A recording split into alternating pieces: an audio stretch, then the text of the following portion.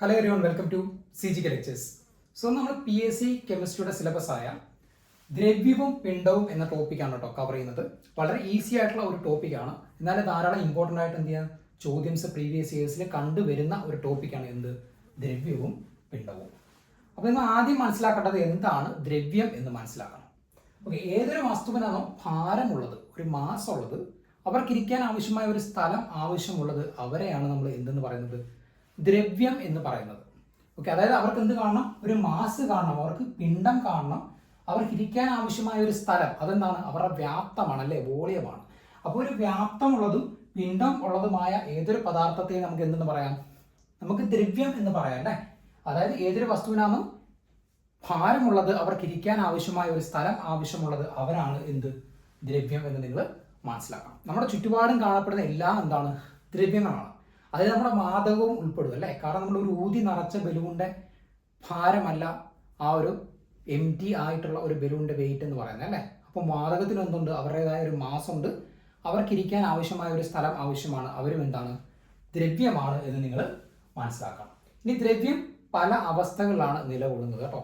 അതിൽ പ്രധാനപ്പെട്ട 7 അവസ്ഥകൾ നിങ്ങൾ അറിഞ്ഞിരിക്കണം. അതിൽ ഒന്നാമത്തെയാണ് ഖരം, അതായത് സോളിഡ് സ്റ്റേറ്റ് ആണ് അല്ലേ, സോളിഡ് സ്റ്റേറ്റ്. രണ്ടാമത്തെയാണ് ദ്രാവകം, ഏതാണ് ലിക്വിഡ് സ്റ്റേറ്റ്. മൂന്നാമത്തെ ഗ്യാസ്, വാതകം. നാലാമത്തെ സ്റ്റേറ്റ് ആണ് പ്ലാസ്മ.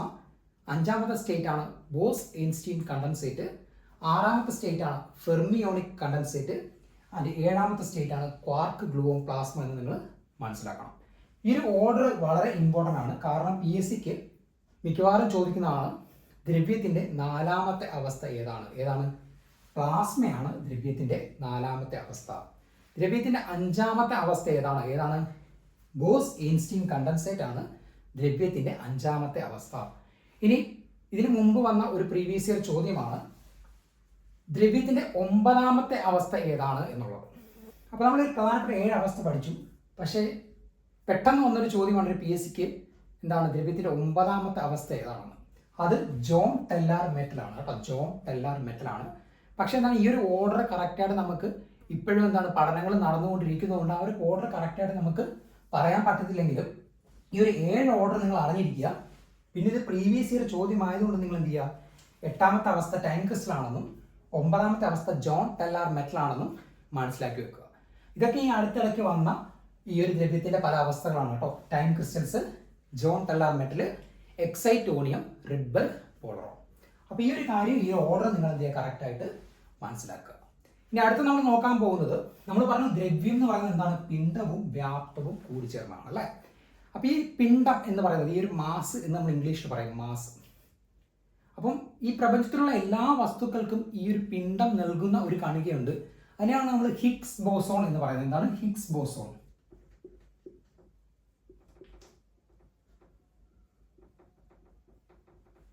ഓക്കെ, ഈ ഹിഗ്സ് ബോസോണെ നമ്മൾ ദൈവകണം അതല്ലെങ്കിൽ ഗോഡ് പാർട്ടിക്കിൾസ് എന്ന് നമ്മൾ വിളിക്കാറുണ്ട് അല്ലെ. ഗോഡ് പാർട്ടിക്കിൾ അല്ലെങ്കിൽ എന്താണ് ഹിഗ് ബോസോൺ, ദൈവകണം എന്നറിയപ്പെടുന്ന പാർട്ടിക്കിൾ ഏതാണെന്ന് PSCക്ക് ചോദിച്ചു കഴിഞ്ഞാൽ നിങ്ങൾ എന്ത് എഴുതണം, ഹിഗ് ബോസോൺ ആണ്. ഇതിൽ ബോസോൺ എന്ന പേര് നൽകിയത് പോൾ ഡിറാക് ആണ് കേട്ടോ, പോൾ ഡിറാക് ആണ്. ബോസോൺ എന്ന പേര് നൽകിയത് പോൾ ഡിറാക് ആണ്. എന്നാൽ ഹിഗ്ബോസ് എന്ന കണത്തിന് ഗോഡ് പാർട്ടിക്കിൾ, ദൈവകണം എന്ന് പേര് കൊടുത്ത ആളുടെ പേരാണ് ലിയോൺ ലിഡർമാൻ കേട്ടോ, ലിയോൺ ലിഡർമാൻ. ഓക്കെ, അപ്പം ഹിഗ് ബോസോണിനെ പറ്റി നിങ്ങൾ അറിയേണ്ട കാര്യങ്ങളിൽ ഒന്നാമത്തേന്ന് പറയുന്നത് എന്താണ്, ഹിഗ് ബോസോണിന്റെ വേറൊരു പേരാണ് ദൈവകണം അല്ലെങ്കിൽ ഗോഡ്സ് പാർട്ടിക്കിൾ എന്നറിയപ്പെടുന്ന കണമാണ് എന്ത്, ഹിഗ് ബോസോൺ. അത് പിണ്ഡത്തിന് അല്ലേ, ഈ പ്രപഞ്ചത്തിലുള്ള എല്ലാ വസ്തുക്കൾക്കും അതിൻ്റെ പിണ്ഡം നൽകുന്ന കണമാണ് എന്തെന്ന് പറയുന്നത് ഹിഗ് ബോസോൺ എന്ന് പറയുന്നത്. ബോസോൺ എന്ന് പറയുന്ന പദം കൊണ്ടുവന്ന ആരാണ്, പോൾ ഡിറാക് ആണ്. എന്നാൽ ഇതിനെ ഗോൾഡ് പാർട്ടിക്കിൾ അല്ലെങ്കിൽ ദൈവകണം എന്ന് വിളിച്ചത് ആരാണ്, ലിയോൺ ലിഡർമാൻ ആണെന്ന് നിങ്ങൾ മനസ്സിലാക്കണം. ഇനി നമ്മൾ എന്ത് ചെയ്യണം, നമ്മൾ ഓരോ ഈ ഒരു പദാർത്ഥത്തിന്റെ അവസ്ഥകൾ ഇത്രയുടെ ഡീറ്റെയിൽ ആയിട്ട് പഠിച്ചിട്ട് എന്ത് ചെയ്യണം, ആ ഒരു കംപ്ലീറ്റ് കാര്യങ്ങൾ എന്ത് ചെയ്യണം കവർ ചെയ്യാനായിട്ട് പോവുകയാണ്. അടുത്ത നമുക്ക് വളരെ ഈസി ആയിട്ട് എങ്ങനെ ഈ ഒരു ദ്രവ്യത്തിന്റെ 3 അവസ്ഥകളായ ഖരം, ദ്രാവകം, വാതകം എങ്ങനെ മനസ്സിലാക്കാമെന്ന് നോക്കാം. അപ്പോൾ അതിൻ്റെ PSCക്ക് ചോദിക്കുന്ന അതിൻ്റെ കുറച്ച് പ്രത്യേകതകളാണ് ഈ കാണിച്ചിരിക്കുന്നത് കേട്ടോ. അതിൽ ഒന്നാമത്തെയാണ് അതിൻ്റെ ആകൃതി അല്ലെങ്കിൽ ഷേപ്പ് എന്ന് പറയും, വ്യാപ്തം അല്ലെങ്കിൽ വോളിയം എന്ന് നമുക്ക് പറയാം. പിന്നെ ചലന സ്വാതന്ത്ര്യം, അവർ റിജിഡ് ആണോ അല്ലയോ എന്നുള്ളത് കേട്ടോ, അവരുടെ ചലന സ്വാതന്ത്ര്യത്തെ പറ്റിയുള്ള ഒരു പ്രോപ്പർട്ടി. പിന്നെ കംപ്രസിബിലിറ്റി, അവരെ നമുക്ക് കംപ്രസ് ചെയ്യാൻ പറ്റുമോ ഇല്ലയോ എന്നുള്ള ഒരു പ്രത്യേകത. പിന്നെ ഉള്ളതാണ് ആകർഷണ ബലം, അവരിലുള്ള കണികകൾ തമ്മിലുള്ള ആകർഷണ ബലത്തിന്റെ പ്രത്യേകതകൾ എന്തെല്ലാം. ഈ ഒരു പ്രധാനപ്പെട്ട ഈ ഒരു 5 പ്രത്യേകതകൾ നിങ്ങൾ അറിഞ്ഞിരിക്കണം, വളരെ ഇമ്പോർട്ടൻ്റ് ആണ് കേട്ടോ. അപ്പോൾ ഇത് പറയാനായിട്ട് ഞാൻ എപ്പോഴും ഉപയോഗിക്കുന്നതാണ് എന്ത്, നമ്മുടെ വീട്ടിലുള്ള അക്വേറിയം ടാങ്ക്. ഓക്കെ, നമ്മൾ വീട്ടിൽ പലതരത്തിലുള്ള അക്വേറിയം ടാങ്ക് യൂസ് ചെയ്യാറുണ്ട്. പ്രധാനമായിട്ട് നമ്മൾ എന്താണ് ഈ ഒരു ഷേപ്പിലുള്ളതും ഈ ഒരു ഷേപ്പിലുമായ അക്വേറിയം ടാങ്കാണ് നമ്മൾ യൂസ് ചെയ്യുന്നത് അല്ലേ. ഇതിനകത്ത് നമ്മൾ ധാരാളം കല്ലുകളല്ലേ പറക്കിയിടാറുണ്ട്. അപ്പോൾ നിങ്ങൾ നോക്കേണ്ടത് ഈ കല്ല് എന്താണ്, ഖരമാണ് അല്ലേ, ഒരു സോൾഡ് ആണ്. അപ്പോൾ ഈ ഒരു കല്ല് ഞാൻ ഈ ഒരു ടാങ്കിൽ നിന്ന് ഈ ഒരു ടാങ്കിലേക്ക് മാറ്റിയിടുകയാണെങ്കിൽ ഈ കല്ലിൻ്റെ ആകൃതിക്ക് വ്യത്യാസം ഉണ്ടാവുമോ? ഇല്ല അല്ലേ. ഇതിൻ്റെ ആ ഒരു കണ്ടെയ്നർ നമ്മൾ മാറ്റി എന്ന് പറഞ്ഞിട്ട് ആ ഒരു ഖരത്തിൻ്റെ ആ ഒരു ആകൃതിക്ക് എന്ത് സംഭവിക്കുന്നില്ല, മാറ്റം സംഭവിക്കുന്നില്ല. അതായത് നമ്മൾ അവർക്ക് നിശ്ചിത ആകൃതി ഉണ്ടോ ഇല്ലയോ എന്ന് ചോദിച്ചാൽ എന്താണ്, നിശ്ചിത ആകൃതി ഉണ്ട് അല്ലേ, എസ് ആണ് ഉത്തരം. ഓക്കെ, ഇനി നിങ്ങൾ നോക്കിയേ വ്യാപ്തം നോക്കി. ഇവിടെ ഞാൻ നമ്മുടെ വീട്ടിലൊക്കെ ഉള്ള റുബിക്സ് ക്യൂബ് ഇതിൻ്റെ അകത്ത് എടുത്തിട്ടേക്കാണ്, റുബിക്സ് ക്യൂബ്. ഓക്കെ, റുബിക്സ് ക്യൂബിൻ്റെ വ്യാപ്തം എത്രയാണ്, എ ക്യൂബാണ്. ഓക്കെ, അതിൻ്റെ ഒരു വശത്തിൻ്റെ നീളം എ ആണെങ്കിൽ അതിൻ്റെ വ്യാപ്തം എന്താണ്, എ ക്യൂബാണ്.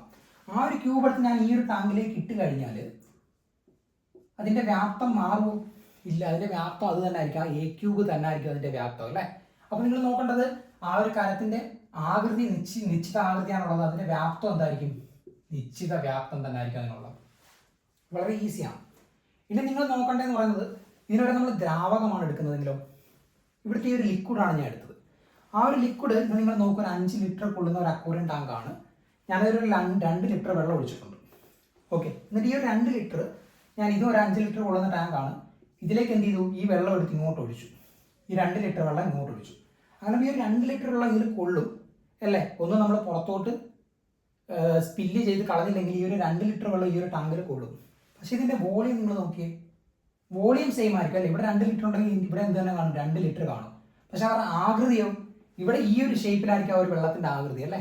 എന്നിട്ട് ഇവിടെ എന്താണ്, ഈ ഒരു ഷേപ്പിലായിരിക്കും ആ ഒരു വെള്ളത്തിൻ്റെ ആകൃതി എന്ന് പറയുന്നത്. അതായത് ഒരു കണ്ടെയ്നർ മാറുന്നതിനനുസരിച്ച് ദ്രാവക അവസ്ഥയിലുള്ള അല്ലേ ഒരു ദ്രവ്യത്തിൻ്റെ ദ്രാവക അവസ്ഥയിൽ എന്ത് ചെയ്യും, അതിൻ്റെ ഷേപ്പ് മാറും അല്ലേ, അതിൻ്റെ ആകൃതി മാറും. അപ്പോൾ ഇതിൻ്റെ അർത്ഥം അവർക്ക് ഒരു നിശ്ചിത ഷേപ്പ് ആകൃതി ഉണ്ടോ, ഇല്ല. പക്ഷെ ഞാൻ പറഞ്ഞ പോലെ വ്യാപ്തം നിങ്ങൾ നോക്കി, ഇവിടെ 2 ലിറ്റർ ഉണ്ട്, ആ വെള്ളം നമ്മൾ ഇതിലേക്ക് ഒഴിച്ചു കഴിഞ്ഞാൽ ഇവിടെ എന്ത് കാണും, 2 ലിറ്റർ വെള്ളം തന്നെ കാണും. അപ്പോൾ അവരുടെ വ്യാപ്തം എന്താണ്, നിശ്ചിതമാണ് അല്ലേ, ഒരു നിശ്ചിത വ്യാപ്തമാണ് അവർക്കുള്ളത്. അപ്പോൾ അവർക്ക് എന്താണ്, ഒരു ഡെഫിനറ്റ് ഷേപ്പ് ഇല്ല, പക്ഷെ അവർക്ക് എന്തുണ്ട്, ഒരു ഡെഫിനറ്റ് വോളിയം ഉണ്ട് എന്ന് നമുക്ക് പറയാം.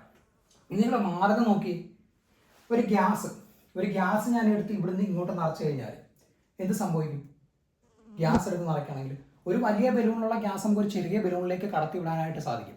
അതായത് അവരുടെ ഷേപ്പ് എന്ത് ചെയ്യും, ആ ഒരു ഗ്യാസ് അടങ്ങി ആ ഒരു കണ്ടെയ്നറിനനുസരിച്ച് എന്ത് ചെയ്യും, മാറും. അതായത് അവർക്ക് എന്തില്ല, ഒരു ഡെഫിനറ്റ് ആയിട്ടൊരു ഷേപ്പ് ഇല്ല. ഇനി അവരുടെ വോളിയോ, നമുക്ക് പ്രഷർ ചെയ്ത് ഒരു ഗ്യാസിനെ എത്ര വേണമെങ്കിലും കംപ്രസ് ചെയ്യാനായിട്ട് പറ്റും അല്ലേ.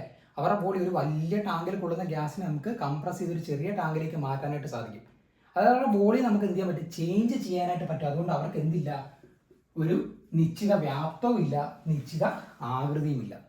അപ്പോൾ ഈ ഒരു 3 പോയിന്റ് നിങ്ങൾ അറിയണം. കാരണം PSCക്ക് ചോദിക്കാനാണ് ഒരു നിശ്ചിത വ്യാപ്തവും നിശ്ചിത ആകൃതിയുമുള്ള ദ്രവ്യത്തിൻ്റെ അവസ്ഥ ഏതാണ്, ഖരമാണ്. ഓക്കെ, ഇനി ഇതെന്താണ്, ദ്രാവകത്തിന് എന്തില്ല, ഒരു നിശ്ചിത ആകൃതി ഇല്ല, പക്ഷെ എന്തുകൊണ്ട്, നിശ്ചിത വ്യാപ്തമുണ്ട്. അതിൻ്റെ വാതകത്തിന് നിശ്ചിത ആകൃതിയുമില്ല, നിശ്ചിത വ്യാപ്തവുമില്ല. അടുത്ത പോയിന്റ് നോക്കുക, ചലന സ്വാതന്ത്ര്യം. ഈ ഖരാവസ്ഥയിൽ ഇരിക്കുന്ന പാർട്ടികളുടെ പ്രത്യേകത അവർ വളരെ അടുത്തായിരിക്കും കാണപ്പെടുന്നത് കേട്ടോ, വളരെ അടുത്തായിരിക്കും കാണപ്പെടുന്നത്. അവർ തമ്മിലുള്ള ആ ഒരു അട്രാക്ഷൻ എന്തായിരിക്കും, ആകർഷണം ഭയങ്കര കൂടുതലായിരിക്കും കേട്ടോ. അവരിങ്ങനെ വളരെ അടുത്തായിരിക്കും ഇരിക്കുന്നത്. അതുകൊണ്ട് തന്നെ അവർക്ക് എന്ത് ചെയ്യാൻ പറ്റില്ല, അവർക്ക് അധികം മൂവ് ചെയ്യാനായിട്ട് സാധിക്കത്തില്ല. അതുകൊണ്ട് എന്താ, അവരെന്താണ്, റിജിഡ് ആണ്. അവർക്ക് ചലന സ്വാതന്ത്ര്യം വളരെ കുറവാണെന്ന് നമുക്ക് പറയാം. ഇവരെന്താണ്, റിജിഡ് ആണ്. എന്നാൽ ലിക്വിഡിനെ സംബന്ധിച്ചിടത്തോളം ആ ഒരു പാർട്ടിക്കിൾ ഇത്രയും കൂടെ അകന്നായിരിക്കും ഇരിക്കുന്നത്. എന്തിനെ സംബന്ധിച്ചിടത്തോളം, ദ്രാവകത്തെ സംബന്ധിച്ചിടത്തോളം. ഉദാഹരണത്തിന് നമ്മൾ ഈ ഒരു ഗ്രാഫ് ഒരു ലിക്വിഡിന്റെ കേസിൽ വരയ്ക്കുകയാണെങ്കിൽ ആ പാർട്ടിക്കിൾ നമ്മൾ ഇത്രയും കൂടി ഡിസ്റ്റൻസ് കാണും. അപ്പോൾ അവർക്ക് എന്ത് ചെയ്യാൻ പറ്റും, ഇത്രയും കൂടെ ഒന്ന് മൂവ് ചെയ്യാനായിട്ട് പറ്റും, ഒരു ഫ്ലോ ചെയ്യാനായിട്ട് പറ്റും, ഒന്ന് ഒഴുകാനായിട്ട് പറ്റും. അങ്ങനെ ഒഴുകാൻ പറ്റുന്നവരെയാണ് നമ്മൾ ഫ്ലൂയിഡ് എന്ന് വിളിക്കുന്നത്. എന്താണ് ഫ്ലൂയിഡ്. ഇനി ഗ്യാസിന്റെ കേസ് എടുത്ത് നോക്കിയേ, ഗ്യാസിന്റെ കേസ് നിങ്ങൾ എടുത്തു കഴിഞ്ഞാൽ വീണ്ടും ഒരുപാട് അകലത്തിലായിരിക്കും ആര് കാണപ്പെടുന്നത്, ഈ പാർട്ടുകൾ കാണപ്പെടുന്നത്. അതായത് അവർക്ക് നല്ലപോലെ മൂവ് ചെയ്യാനായിട്ട് പറ്റും. അങ്ങനെ മൂവ് ചെയ്യാൻ പറ്റുന്നവരെ നമ്മൾ വിളിക്കുന്നവരാണ് എന്ത്, ഫ്ലൂയിഡ്. അപ്പം വാതകവും എന്താണ്, ഒരു ഫ്ലൂയിഡിന് ഉദാഹരണമാണ്. ഓക്കെ, അപ്പോൾ ഈ തന്നിരിക്കുന്നത് 3 ആരാണ് ഫ്ലൂയിഡ് അല്ലാത്തത് എന്ന് ചോദിച്ചു കഴിഞ്ഞാൽ ആരാണ്, ഖരമാണ് ഫ്ലൂയിഡ് അല്ലാത്തത്. ഖരം എന്താണ്? റിജിഡ് ആണ്. അവരുടെ ചലന സ്വാതന്ത്ര്യം എന്താണ്? വളരെ കുറവാണ്. എന്നാൽ ഒരു ഖരത്തെ അപേക്ഷിച്ച് ദ്രാവകത്തിന്റെ ചലന സ്വാതന്ത്ര്യം എന്താണ്? കൂടുതലാണ്. വാതകത്തിൻ്റെയോ അതിലും കൂടുതലാണ്. ഇനി അടുത്ത കംപ്രസിബിലിറ്റി. അവരെ നമുക്ക് കംപ്രസ് ചെയ്യാനായിട്ട് പറ്റുമോ ഇല്ലയോ എന്നുള്ളതാണ്. നിങ്ങൾ നോക്കി, നമ്മളൊരു സോൾഡ് എടുത്തു, ഒരു റുബിക്സ് ക്യൂബ് എടുത്തു, എനിക്കതിനെ കംപ്രസ് ചെയ്യാനായിട്ട് പറ്റുമോ? അല്ലെങ്കിൽ എൻ്റെ കയ്യിരിക്കുന്ന ഈ ഒരു മാർക്കർ പേന ഒരു ഖരമാണ് അല്ലേ, ഇതിനെനിക്ക് കംപ്രസ് ചെയ്യാനായിട്ട് പറ്റുമോ? ഇല്ല. അതായത് ഖരം എന്നല്ല, കംപ്രസിബിൾ അല്ല. അവരെ നമുക്ക് കംപ്രസ് ചെയ്യാനായിട്ട് പറ്റൂല എന്ന് നിങ്ങൾ മനസ്സിലാക്കണം. പക്ഷെ നിങ്ങളപ്പോൾ ചിന്തിക്കും, സ്പോഞ്ച്, നമ്മുടെ വീട്ടിലൊക്കെ കാണപ്പെടുന്ന ആ ഒരു പാത്രമൊക്കെ കഴുകുന്ന സ്പോഞ്ച്, അതും ഒരു ഖരമാണ് അല്ലേ. പക്ഷേ നമ്മൾ ആ ഒരു ഖരാവസ്ഥയിലുള്ള ആ ഒരു സ്പോഞ്ചിനെ നമുക്ക് എന്ത് ചെയ്യാൻ പറ്റും? കംപ്രസ് ചെയ്യാനായിട്ട് പറ്റും. അതിന് കാരണം എന്താണ്? നമ്മൾ ആക്ച്വലി കംപ്രസ് ചെയ്യുന്നത് ആ സ്പോഞ്ചിന് ഉള്ളിലെ ആ ഒരു ഗ്യാപ്പിൻ്റെ അകത്ത് എന്തുകൊണ്ട്? സുഷിരങ്ങളുണ്ടല്ലേ, സ്പോഞ്ചിനകത്ത് സുഷിരങ്ങളുണ്ട്. അതിൻ്റെ അകത്ത് എന്തുകൊണ്ട്? എയറുണ്ട്. ആ എയറിനെയാണ് നമ്മൾ എന്ത് ചെയ്യുന്നത്? കംപ്രസ് ചെയ്യുന്നത്. നമ്മൾ ആ ഒരു സോൾഡിനെ അല്ല എന്ത് ചെയ്യുന്നത്? കംപ്രസ് ചെയ്യുന്നത്. അതുകൊണ്ട് നമുക്ക് പറയാൻ പറ്റും ഖരാവസ്ഥയിലുള്ള പദാർത്ഥങ്ങൾ എന്താണ്? കംപ്രസിബിൾ അല്ല. ഇനി ദ്രാവകം നിങ്ങൾ നോക്കി, നമ്മൾ ഒരു കുപ്പി ബോട്ടിൽ നമ്മൾ വെള്ളം നിറച്ചു. ഓക്കെ, നമ്മളൊരു കുപ്പി ബോട്ടിൽ വെള്ളം നിറച്ചു. അപ്പോൾ നമുക്ക് ഇങ്ങനെ കംപ്രസ് ചെയ്യാനായിട്ട് പറ്റുമോ? വെള്ളത്തെ കംപ്രസ് ചെയ്യാനായിട്ട് പറ്റുമോ? പറ്റില്ല. കാരണം എന്താണെന്ന് വെച്ചാൽ ഇതിനകത്തുള്ള ആ ഒരു വെള്ളം നമുക്ക് ഇത്ര ഉണ്ടെന്ന് വെച്ചാൽ അതിനകത്തുള്ള ആ ഒരു എയറിനെയാണ് നമ്മൾ എന്ത് ചെയ്യുന്നത്? കംപ്രസ് ചെയ്യുന്നത്. പകരം നമ്മൾ ആ ഒരു ബോട്ടിൽ നിറച്ച് നമ്മൾ വെള്ളം എടുക്കുകയാണെങ്കിൽ നമുക്ക് ഒരിക്കലും കംപ്രസ് ചെയ്യാൻ പറ്റില്ല. നമ്മൾ വല്ല സൂപ്പർ ഹ്യൂമൻ വല്ല ആയിരിക്കണം കംപ്രസ് ചെയ്യണമെങ്കിൽ. അതായത് ദ്രാവകത്തിന് നമുക്ക് എന്ത് ചെയ്യാൻ പറ്റില്ല? കംപ്രസ് ചെയ്യാനായിട്ട് പറ്റത്തില്ല. എന്നാൽ നിങ്ങൾ നോക്കിയാൽ വാതകത്തെ കംപ്രസ് ചെയ്യാൻ പറ്റുമോ? നിങ്ങൾക്കറിയാം കംപ്രസ്ഡ് നാച്ചുറൽ ഗ്യാസ് എന്നൊക്കെ കേട്ടിട്ടുണ്ട് അല്ലേ, CNG അല്ലേ. നമ്മളൊരു ബലൂൺ, ഒരു ഫുട്ബോളിൽ നമ്മൾ കാറ്റ് നിറച്ചിട്ട് നമുക്ക് അവരെ പ്രസ് ചെയ്യാൻ പറ്റും, അവരൊക്കെ നമുക്ക് കംപ്രസ് ചെയ്യാനായിട്ട് സാധിക്കും അല്ലേ. അതുകൊണ്ട് വാതകങ്ങൾ എന്താണ്? കംപ്രസിബിൾ ആണ്. പക്ഷേ ഖരവും ദ്രാവകവും എന്തല്ല? കംപ്രസിബിൾ അല്ല എന്ന് നിങ്ങൾ എന്ത് ചെയ്യുക? മനസ്സിലാക്കുക. ഇനി അഞ്ചാമത്തെയാണ് ആകർഷണ ബലം, ഫോഴ്സ് ഓഫ് അട്രാക്ഷൻ. ഞാൻ പറഞ്ഞ സോൾഡിൽ പാർട്ടിക്കിൾ, അതിൻ്റെ കണങ്ങൾ എന്താണ്? വളരെ അടുത്താണ് കാണപ്പെടുന്നത്. അതുകൊണ്ട് തന്നെ അവർ നമ്മൾ ആകർഷണ ബലം എന്തായിരിക്കും? ഒരു ഖരത്തിൽ വളരെ കൂടുതലായിരിക്കും. എന്നാൽ ഒരു ദ്രാവക അവസ്ഥയിൽ, ഒരു ലിക്വിഡ് സ്റ്റേറ്റിൽ നിങ്ങൾ പറഞ്ഞു ആ ഒരു കണങ്ങളുടെ അകലം കൂടുതലാണ്. അതുകൊണ്ട് അവരിൽ നമ്മൾ ആകർഷണ ബലം എന്താണ്? ഈ ഒരു സോളിഡ് സ്റ്റേറ്റിനെ അപേക്ഷിച്ച് എന്താണ്? കുറവാണ്. ഇനി ഗ്യാസ് ആണ് നമ്മൾ എടുക്കുന്നതിൻ്റെ വീണ്ടും അവരുടെ ആകർഷണ ബലം എന്താണ്? വളരെ കുറവാണ്. അതുകൊണ്ട് എന്ത് ചെയ്യാൻ പറ്റും? അവർക്ക് പെട്ടെന്ന് മൂവ് ചെയ്യാനായിട്ട് പറ്റും നമ്മൾ പഠിച്ചു. അപ്പോൾ ഇത്രയാണ് പ്രധാനപ്പെട്ട പ്രോപ്പർട്ടീസ്. വളരെ ഈസി ആയിട്ട് നിങ്ങൾക്ക് ഓർത്തിരിക്കാവുന്നതേ ഉള്ളൂ. നിങ്ങൾ ബൈഹാർട്ട് ചെയ്ത് പഠിക്കേണ്ട ആവശ്യമൊന്നും, ഈ ഒരു കൺസെപ്റ്റ് കറക്റ്റായിട്ട് മനസ്സിലാക്കുക. അടുത്ത നമ്മൾ ഈ ഒരു പാർട്ടിൽ വളരെ ഇമ്പോർട്ടൻ്റ് ആയിട്ട് വരുന്ന കുറച്ച് ഓർഡർ ആണ് കേട്ടോ. നിങ്ങൾ മനസ്സിലാക്കിയിരിക്കണം, PSCക്ക് ചോദ്യം വരാവുന്ന വളരെ ഇമ്പോർട്ടൻ്റ് ആയിട്ടുള്ള ഒരു ഏരിയ ആണ് കേട്ടോ. അപ്പോൾ അതിൽ ഒന്നാമത്തെയാണ് നിങ്ങൾ അറിയേണ്ടത്, ഈ ഒരു നമ്മൾ പറഞ്ഞ സോൾഡ്, ലിക്വിഡ്, ഗ്യാസിൽ ആ ഒരു കണികകളുടെ ആ ഒരു അറേഞ്ച്മെന്റ് എങ്ങനെയാണ് നമ്മളിവിടെ കാണിച്ചിട്ടുണ്ട്. സോൾഡിൽ വളരെ അടുത്താണെന്ന് പറഞ്ഞു, കണികൾ നമ്മൾ അകലം വളരെ അടുത്താണ്. ഇനി ലിക്വിഡിൽ അത് ഇത്തിരിയുടെ അകലം പാലിക്കുന്നുണ്ട്, വാതകത്തിൽ നല്ല അകലമുണ്ടല്ലേ. ഇനി നിങ്ങൾ നോക്കിയേ, അപ്പോൾ അകലത്തിന്റെ ഓർഡർ വാതകത്തിലായിരിക്കും കൂടുതൽ അല്ലേ. അതിനുശേഷം ദ്രാവകം, അതിനുശേഷം ഖരാവസ്ഥയിലേക്ക് വരും. ഇനി ആകർഷണ ബലം, ഫോഴ്സ് ഓഫ് അട്രാക്ഷൻ, ആ ഒരു കണികൾ നമ്മൾ അട്രാക്ഷൻ കൂടുതൽ എവിടെ ആയിരിക്കും? ഈ ഒരു ഗ്രാഫിൽ തന്നെ മനസ്സിലാവും ആർക്കാണ്? സോൾഡിനാണ് എന്ത് കൂടുതൽ അട്രാക്ഷൻ ഉള്ളത് അല്ലേ. അതിനുശേഷം ലിക്വിഡിന്, അതിനുശേഷം എന്താണ്? ഗ്യാസിന്. അപ്പം ഖരം, ദ്രാവകം, വാതകം എന്നാണ് ആകർഷണ ബലം അനുസരിച്ച് അതിൻ്റെ ഓർഡർ എന്ന് മനസ്സിലാക്കണം. ഇനിയുള്ളതാണ് ഗതികോർജം. ഗതികോർജം എന്താണ്? കൈനറ്റിക് എനർജി എന്ന് നമ്മൾ പറയും. അതായത് ഇതിൻ്റെ മൂവ് ചെയ്യാനുള്ള എബിലിറ്റിക്ക് അനുസരിച്ചാണ് നമ്മൾ ആ ഒരു ഗതികോർജം പറയുന്നത്. നല്ലപോലെ മൂവ് ചെയ്യാൻ പറ്റുമെങ്കിൽ അതിൻ്റെ ഗതികോർജം കൂടുതലായിരിക്കും. ഇവിടെ ഈ ഒരു കണികൾ നമ്മൾ അകലം വളരെ കൂടുതലായിട്ട് ഇവർക്കല്ലേ പെട്ടെന്ന് മൂവ് ചെയ്യാൻ പറ്റുന്നത്. അപ്പോൾ ഇവരുടെ ഗതികോർജം ആയിരിക്കണം എന്ത്? കൂടുതൽ. അതിനുശേഷം എന്ത് ചെയ്യും? ലിക്വിഡ് വരും, അതിനുശേഷം എന്ത് ചെയ്യും? സോൾഡ് വരും. ഇനി വ്യാപനം. വ്യാപനം എന്താണ്? ഡിഫ്യൂഷൻ എന്ന് പറയുന്നത് ഇംഗ്ലീഷിൽ. ഡിഫ്യൂഷൻ അതായത് മൂവ് ചെയ്യാൻ കഴിവുള്ള ആ ഒരു സബ്സ്റ്റൻസ് തമ്മിൽ മിക്സ് ആവുന്നതിനാണ് നമ്മൾ എന്ത്? വ്യാപനം എന്ന് പറയുന്നത്. അപ്പോൾ നമുക്ക് നല്ലപോലെ മൂവ് ചെയ്യാൻ പറ്റുന്നവരാകുമ്പോൾ പെട്ടെന്ന് ആ ഒരു മിക്സ്, ആ ഒരു ഡിഫ്യൂഷൻ, പെട്ടെന്ന് ആ ഒരു വ്യാപനം നടക്കൂലേ, ആ ഒരു വ്യാപനം നടക്കുമല്ലേ. അപ്പോൾ നിങ്ങൾ നോക്കി എന്തിൻ്റെ ഒരു ഓർഡർ തന്നെ ആയിരിക്കണം അത്? ഗതികോർജത്തിൻ്റെ അതേ ഓർഡർ തന്നെ ആയിരിക്കണം വ്യാപനത്തിനുള്ളത് അല്ലേ. നല്ലപോലെ മൂവ് ചെയ്യാൻ പറ്റുന്നവർക്ക് നല്ല രീതിയിൽ ഡിഫ്യൂഷൻ അല്ലെങ്കിൽ വ്യാപനം നടത്താനായിട്ട് സാധിക്കും.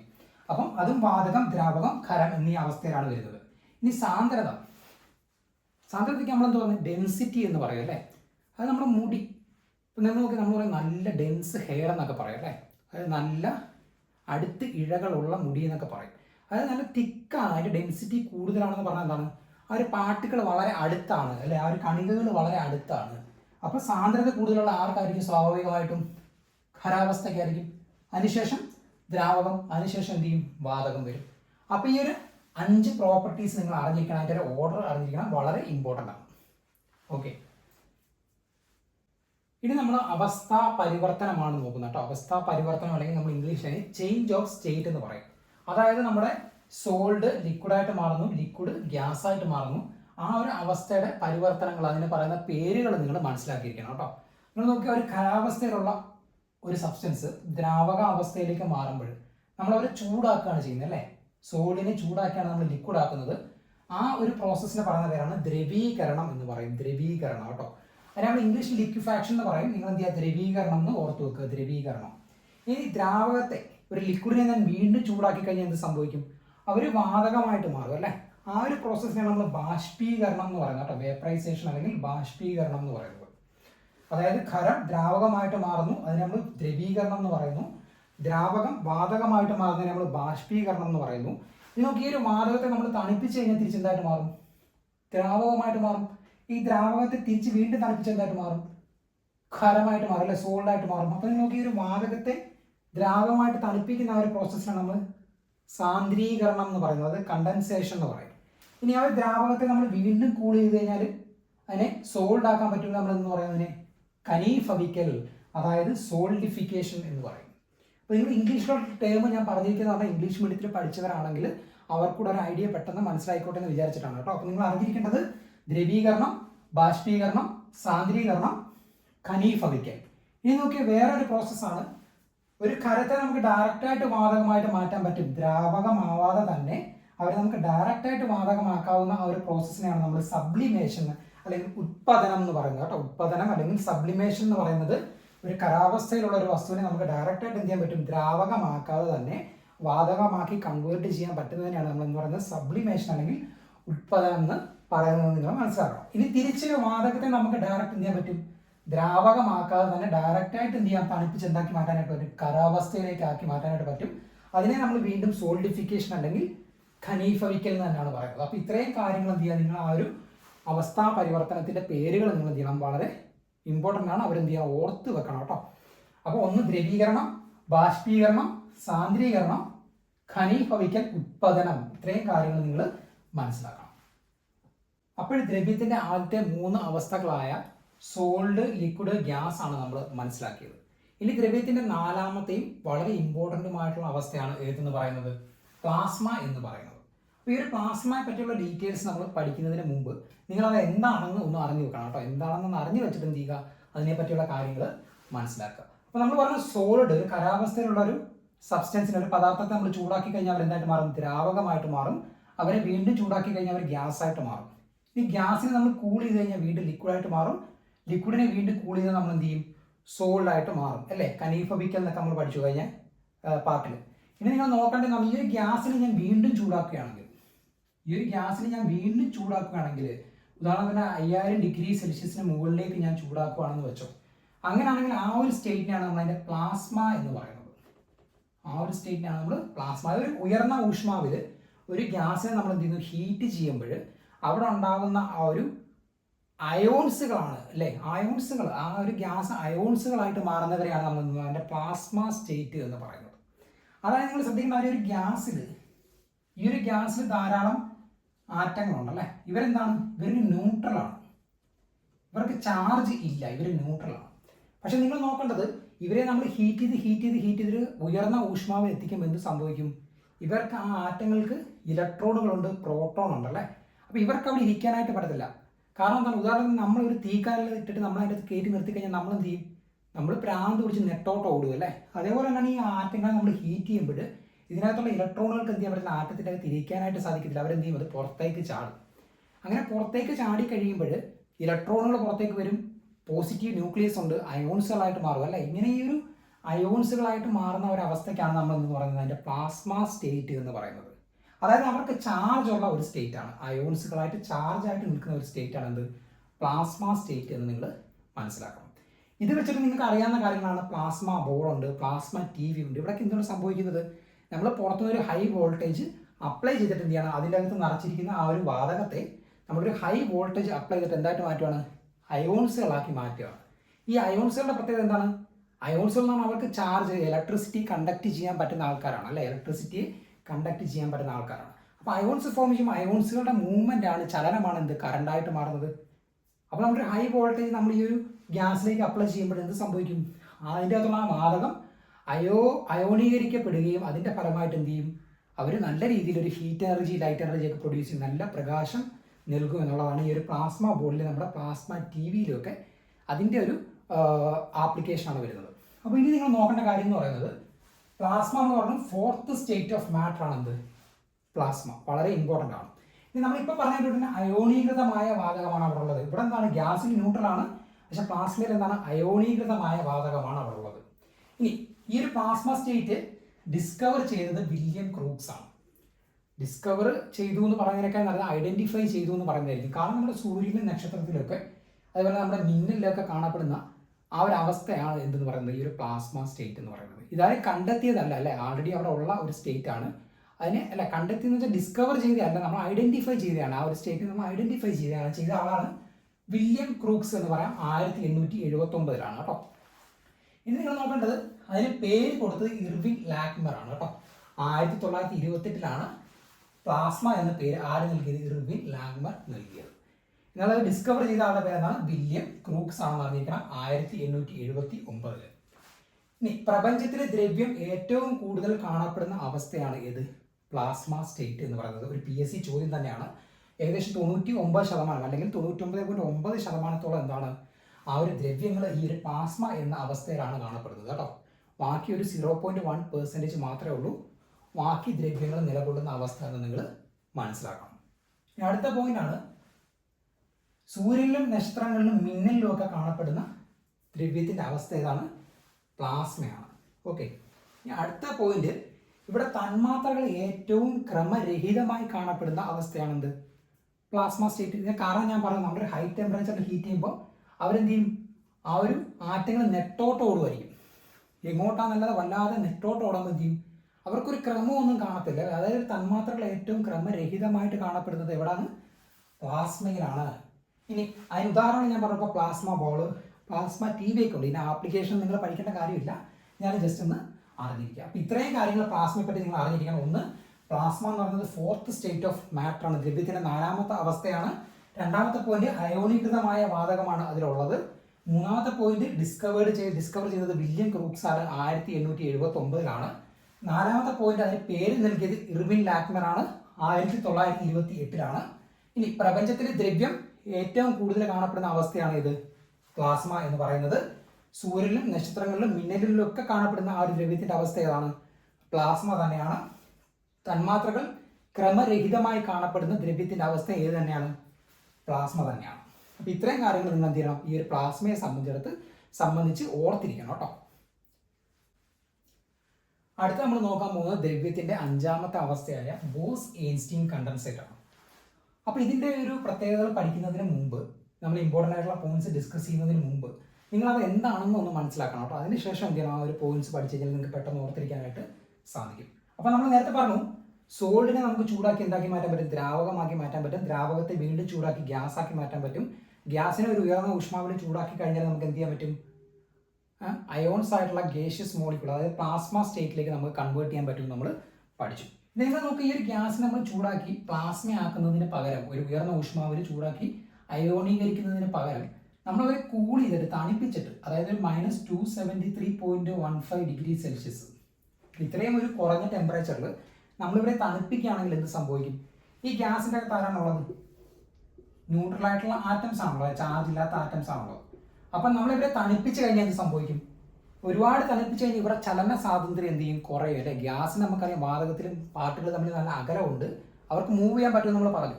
പക്ഷെ നമ്മൾ അവരെ തണുപ്പിക്കുകയാണെങ്കിൽ എന്ത് ചെയ്യും? ഇവരുടെ ചലന സ്വാതന്ത്ര്യം കുറയുകയും ഇവരെന്ത് ചെയ്യും? അടുത്ത് വരികയും ചെയ്യും. പിന്നെ കുറച്ചുകൂടെ നമ്മൾ തണുപ്പിക്കുമ്പോൾ എന്ത് ചെയ്യും? ഇവർ അടുത്ത് വന്നിട്ട് എല്ലാം കൂടെ എന്ത് ചെയ്യും? കൂടിച്ചേർന്ന് ഒന്നായിട്ട് മാറും, ഒരു അഗ്രഗേറ്റ് ഫോം ചെയ്യും, ഒരു കൂട്ടമായിട്ട് മാറും. ഈ ഒരു അവസ്ഥയുടെ പ്രത്യേകത എന്താണെന്ന് വെച്ച് കഴിഞ്ഞാൽ, ഇവിടെ ഈ പല ആറ്റങ്ങളുടെ ആ ഒരു സ്വഭാവമല്ല അവർ കാണിക്കുന്നത് അല്ലേ. ഇവിടുന്ന് നിന്ന് അതിൻ്റെ സ്വഭാവ ഗുണം എന്ത് ചെയ്തു? മാറി. ഇതൊരു പുതിയ പ്രോപ്പർട്ടി ആയിരിക്കും ആര് കാണിക്കുന്നത്? ഈ ഒരു അഗ്രഗേറ്റ്, അവർ കൂടിച്ചേർന്ന ആ ഒരു ആറ്റങ്ങളുടെ ആ ഒരു മെറ്റീരിയൽ കാണിക്കുന്നതെന്ന് പറഞ്ഞാൽ വേറൊരു പ്രോപ്പർട്ടി ആയിരിക്കും. അതിലൊരു ഇമ്പോർട്ടൻറ്റ് പ്രോപ്പർട്ടിയാണ് അതിൻ്റെ സൂപ്പർ ഫ്ലൂയിഡിറ്റി എന്ന് നമ്മൾ പറയും. എന്താണ് സൂപ്പർ ഫ്ലൂയിഡിറ്റി? അതായത് അതിദ്രവത്വം എന്ന് പറയും, സൂപ്പർ ഫ്ലൂയിഡിറ്റി. എന്താണ് അതിദ്രവത്വം എന്ന് പറഞ്ഞാൽ നമുക്ക് ഫ്ലൂയിഡിറ്റി എന്താണ് നേരത്തെ നമ്മൾ പറഞ്ഞാണ് അല്ലേ, ഒഴുകാനുള്ള കഴിവാണ് ഫ്ലൂയിഡിറ്റി എന്ന് നമ്മൾ പറഞ്ഞു. അപ്പം അതിദ്രവത്വം എന്ന് പറഞ്ഞാൽ എന്താണ്, വളരെ വേഗത്തിൽ എന്ത് ചെയ്യാൻ പറ്റും, മൂവ് ചെയ്യാനായിട്ട് പറ്റും. സ്റ്റോപ്പ് ആവാതെ തന്നെ വളരെ വേഗത്തിൽ എന്ത് ചെയ്യാൻ പറ്റും, മൂവ് ചെയ്യാനായിട്ട് സാധിക്കും. അപ്പം സാധാരണഗതിയിൽ നമ്മൾ ഈ ഒരു മൂവ് ചെയ്യുമ്പോൾ ഇതിനെ തടസ്സപ്പെടുത്തുന്ന ഉദാഹരണത്തിന് എൻ്റെ കൈ, ഞാൻ ഈ ഒരു കൈയുടെ മേളിൽ കൂടി ഇങ്ങനെ മൂവ് ചെയ്യുമ്പോൾ ഈ രണ്ട് കൈയും തമ്മിലൊരു ഫ്രിക്ഷൻ ഉണ്ടല്ലേ, ആ ഫ്രിക്ഷനാണ് ഇവർ മൂവ് ചെയ്യാനായിട്ടുള്ളൊരു തടസ്സം.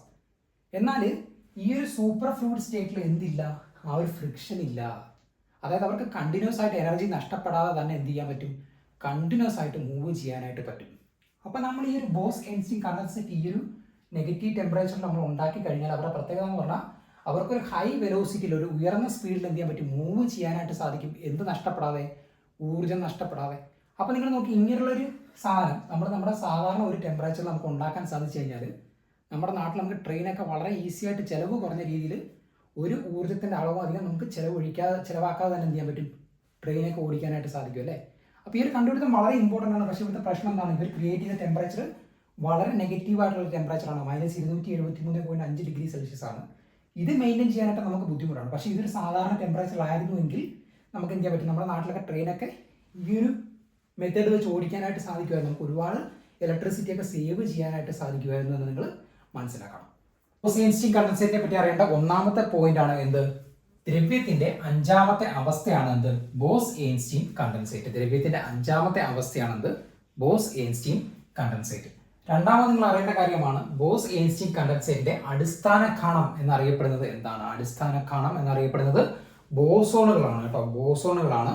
ബോസോൺ എന്ന പേര് നൽകിയത് നമ്മൾ നേരത്തെ പറഞ്ഞു, ആരാണ്, പോൾ ഡിറാക് ആണ് അല്ലെ. പോൾ ഡിറാക് ആണ് ബോസോൺ എന്ന പേര് നൽകിയത്. അപ്പം ഇത് എന്തിന്റെ അടിസ്ഥാന കണമാണ്, ബോസ്-ഐൻസ്റ്റീൻ കണ്ടൻസേറ്റിന്റെ അടിസ്ഥാന കണമാണ്. ഈ ബോസോണുകൾക്ക് ഒരു പ്രത്യേകത ഉണ്ട്, ദ്രവ്യത്തിലെ ഊർജ്ജവാഹകർ, എനർജി കാരിയേഴ്സ് എന്നറിയപ്പെടുന്നതും ആര് തന്നെയാണ്, ബോസോണുകളാണ് കേട്ടോ. എനർജി കാരിയേഴ്സ് എന്നും ആരെ അറിയപ്പെടാറുണ്ട്, ഊർജ്ജവാഹകർ എന്ന് ആരെ അറിയപ്പെടാറുണ്ട്, ബോസോണുകളെ അറിയപ്പെടാറുണ്ട്. ഇനി അടുത്തത്, ഈ ബോസ്-ഐൻസ്റ്റീൻ കണ്ടൻസേറ്റ് പ്രവചിച്ച ശാസ്ത്രജ്ഞരാണ് കേട്ടോ, തിയറിറ്റിക്കലായിട്ട് പ്രവചിച്ച ശാസ്ത്രജ്ഞരാണ്. ഒന്ന് സത്യേന്ദ്രനാഥ് ബോസും ആൽബർട്ട് ഐൻസ്റ്റീനും കേട്ടോ. 1924 ഇവര് ബോസ്-ഐൻസ്റ്റീൻ കണ്ടൻസേറ്റ് എന്ന ദ്രവ്യത്തിന്റെ ഒരു അവസ്ഥ ഉണ്ട് എന്ന് പ്രവചിച്ചത് കേട്ടോ, സത്യേന്ദ്രനാഥ് ബോസും ആൽബർട്ട് ഐൻസ്റ്റീനും. എന്നാൽ എക്സ്പെരിമെന്റ് ആയിട്ട് ആ ഒരു ബോസ്-ഐൻസ്റ്റീൻ കണ്ടൻസേറ്റ് നിർമ്മിച്ചവരാണ് ആര്, എറിക് കോർണലും കാൾ വീസ്മാനും. 1995 അവരെന്ത് ചെയ്തു, നമ്മളിവിടെ പറഞ്ഞ ആ ഒരു ഗ്യാസ് ആറ്റങ്ങൾ ഉപയോഗിച്ചു എന്ന് പറഞ്ഞു അല്ലേ. അവർ റുബീഡിയത്തിന്റെ ആറ്റങ്ങളാണ് അവിടെ യൂസ് ചെയ്തത് കേട്ടോ. അവരെ നമ്മൾ തണുപ്പിച്ചിട്ടാണ് എന്ത് ചെയ്തത്, ഈ കോർണലും വീമാനും എന്ത് ചെയ്തത്, ഈ ഒരു ബോസ്-ഐൻസ്റ്റീൻ കണ്ടൻസേറ്റ് 1995 എന്ത് ചെയ്യുന്നത്, നിർമ്മിക്കുന്നത്. അതേ വർഷം തന്നെ എന്ത് ചെയ്തു, വോൾഫ്ഗാങ് കെറ്ററി എന്ത് ചെയ്തു, സോഡിയം ആറ്റങ്ങളെ എന്ത് ചെയ്തു, കൂടിയിപ്പിച്ചിട്ട് എന്ത് കണ്ടുപിടിച്ചു, ബോസ്-ഐൻസ്റ്റീൻ കണ്ടൻസേറ്റ് നിർമ്മിച്ചു.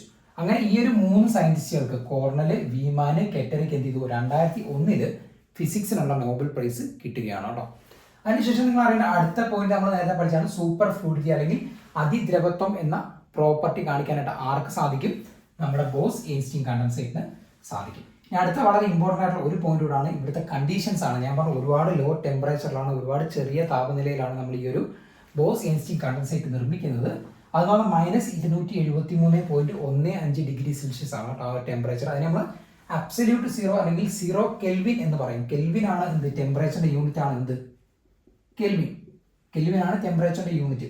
അപ്പം നമുക്ക് കെൽവിനിലേക്ക് കൺവേർട്ട് ചെയ്യണമെങ്കിൽ ഡിഗ്രി സെൽഷ്യസിന് എപ്പോഴും എന്ത് ചെയ്യും, 273.15 കൊണ്ട് കൂട്ടിക്കഴിഞ്ഞാൽ നമുക്ക് എന്ത് ചെയ്യാൻ പറ്റും, ഡിഗ്രി സെൽഷ്യസിനെ കെൽവിനിലേക്ക് കൺവേർട്ട് ചെയ്യാനായിട്ട് പറ്റും. അപ്പം ഇവിടെ പറയുന്നുണ്ട് 0 കെൽവിൻ നമ്മൾ വിളിക്കുന്നു പറഞ്ഞാൽ അതിനകത്ത് എന്താണ്, കെ എന്നാണ് 0 ആണ്. അപ്പം ഡിഗ്രി സെൽഷ്യസ് പ്ലസ് 273.15 ആണ്.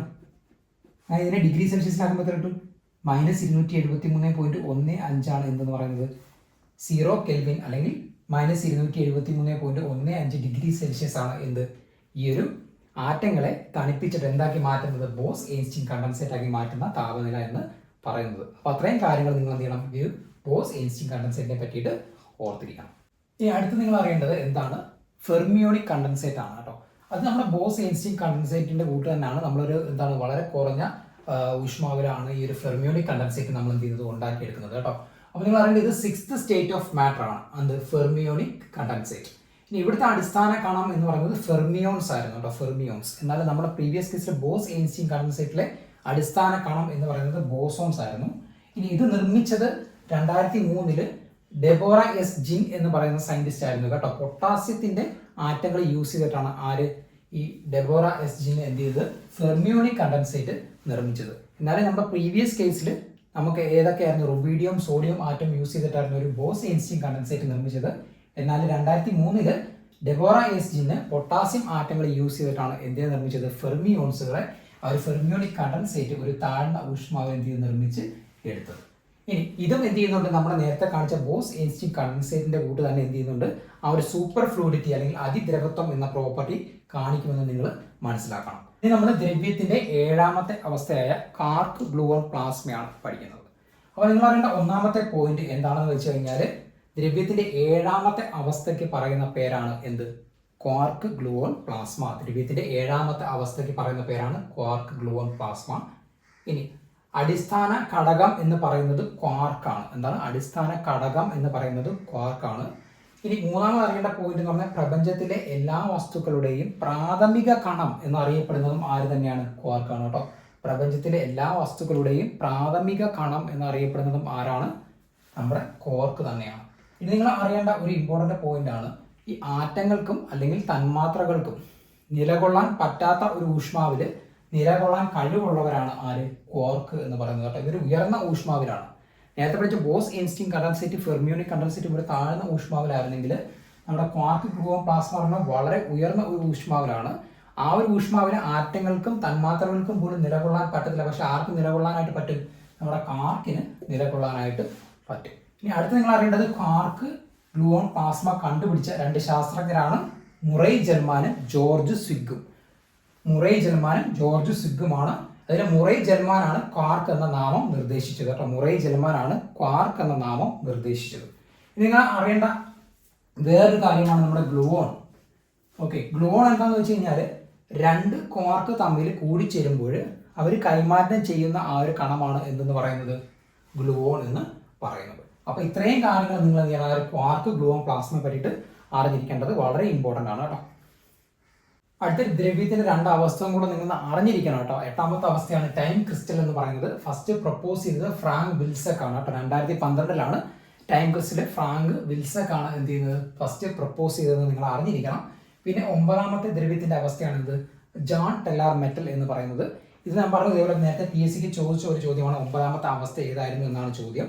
അപ്പോൾ നിങ്ങൾ ആ ഒരു പേര് അറിഞ്ഞിരിക്കുക. പിന്നെ നിങ്ങൾ അറിയേണ്ട കാര്യം, ഈ ഒരു ജോൺ ടെല്ലാർ മെറ്റൽ എന്ന ഈ ഒരു ദ്രവ്യത്തിന്റെ അവസ്ഥയ്ക്ക് ഒരു വളരെ ഇമ്പോർട്ടൻ്റ് ആയിട്ടുള്ള ഒരു പ്രത്യേകതയുണ്ട്. അതെന്ന് പറഞ്ഞാൽ ഒരേ സമയം തന്നെ ഒരു വൈദ്യുത ചാലകമാകാനും ഒരു വൈദ്യുത രോധനമായും ബിഹേവ് ചെയ്യാനും ആർക്ക് കഴിയും, നമ്മുടെ ജോൺ ടെല്ലാർ മെറ്റലിന് കഴിയും. അതൊരു കണ്ടക്ടറും ഇൻസുലേറ്ററുമായിട്ട് ഒരേ സമയത്ത് ബിഹേവ് ചെയ്യാനായിട്ട് ആർക്ക് കഴിയും, ഈ ഒരു ജോൺ ടെല്ലാർ മെറ്റൽ എന്ന ആ ഒരു ദ്രവ്യത്തിന്റെ അവസ്ഥയ്ക്ക് കഴിയും. അത് നമുക്ക് ഒരു PSCയുടെ ചോദ്യമായിട്ട് ഇനി ചോദിക്കാവുന്നതാണ് കേട്ടോ. ഒരേ സമയം ഒരു വൈദ്യുത ചാലകവും വൈദ്യുത രോധനവുമായിട്ട് ബിഹേവ് ചെയ്യാൻ പറ്റുന്ന ദ്രവ്യത്തിന്റെ അവസ്ഥ ഏതാണ് എന്ന് ചോദിച്ചു കഴിഞ്ഞാൽ ഏതാണ്, ജോൺ ടെല്ലാർ മെറ്റൽ ആണ് കേട്ടോ. ഇംഗ്ലീഷിലും മലയാളത്തിലും ആ ജോൺ ടെല്ലാർ മെറ്റൽ എന്നാണ് നമ്മൾ പറയുന്നത്, ജോൺ ടെല്ലാർ മെറ്റൽ ആണ്.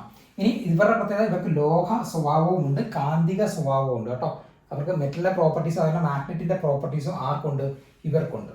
ഇത് ഈ അടുത്തിടയിൽ എന്താണ്, ഒരു ഗ്രൂപ്പ് ഓഫ് സയന്റിസ്റ്റ് ആണ് ജപ്പാനിലെ ടൊക്കുഹു യൂണിവേഴ്സിറ്റി എന്ന് പറയട്ടോ. ടൊക്കുഹു യൂണിവേഴ്സിറ്റിയിൽ പഠനം നടത്തിയത് എന്ന് വെച്ചാൽ കാർബൺ 60 എന്ന് പറയും. കാർബൺ 60 നിങ്ങൾ കേട്ടിട്ടുണ്ടായിരിക്കും. എന്താണ്, ബക്മിൻസ്റ്റർ ഫുളറീൻ എന്നൊക്കെ പറയുന്ന ഒരു സാധനമാണ് കേട്ടോ. ബക്മിൻസ്റ്റർ ഫുളറീൻ ഒരു കാർബണിന്റെ അലോട്രോപ്പാണ് ബക്മിൻസ്റ്റർ ഫുളറീൻ എന്ന് പറയുന്നത്. അപ്പം ഈ ഒരു കാർബൺ 60യിലേക്ക് റുബീഡിയത്തെ ഇൻട്രോഡ്യൂസ് ചെയ്തിട്ടാണ് എന്ത് ചെയ്തത്, ഇവർ ഈ പഠനങ്ങളൊക്കെ നടത്തിയത്. അപ്പം അതിനെപ്പറ്റി ഡീറ്റെയിൽ ആയിട്ട് നിങ്ങൾ അറിയേണ്ട കാര്യമൊന്നുമില്ല. നിങ്ങൾ അറിയേണ്ട കാര്യം എന്ന് പറയുന്നത്, ഒരേ സമയത്ത് ഒരു വൈദ്യുത ചാലകവും വൈദ്യുത രോധനമായിട്ട് ബിഹേവ് ചെയ്യാൻ പറ്റുന്ന ആ ഒരു ദ്രവ്യത്തിന്റെ അവസ്ഥയുടെ പേരാണ് എന്തെന്ന് പറയുന്നത്, ജോൺ ടെല്ലാർ മെറ്റൽ എന്ന് പറയുന്നത്. അവർക്ക് എന്ത് കഴിവുണ്ട്, അവർക്ക് ലോഹ സ്വഭാവവും ഉണ്ട്, അതേപോലെ തന്നെ കാന്തിക സ്വഭാവം ഉണ്ട് എന്ന് നിങ്ങൾ മനസ്സിലാക്കണം. അപ്പോൾ ഇത്രയും കാര്യങ്ങളാണ് നമുക്ക് ഇന്നത്തെ ക്ലാസ്സിൽ വരുന്നത്. പ്രധാനപ്പെട്ട ആ ദ്രവ്യത്തിന്റെ അവസ്ഥകളും അവരുടെ പ്രത്യേകതകളുമാണ് ഇന്നത്തെ ക്ലാസ്സിൽ നമ്മൾ ഡിസ്കസ് ചെയ്തത്.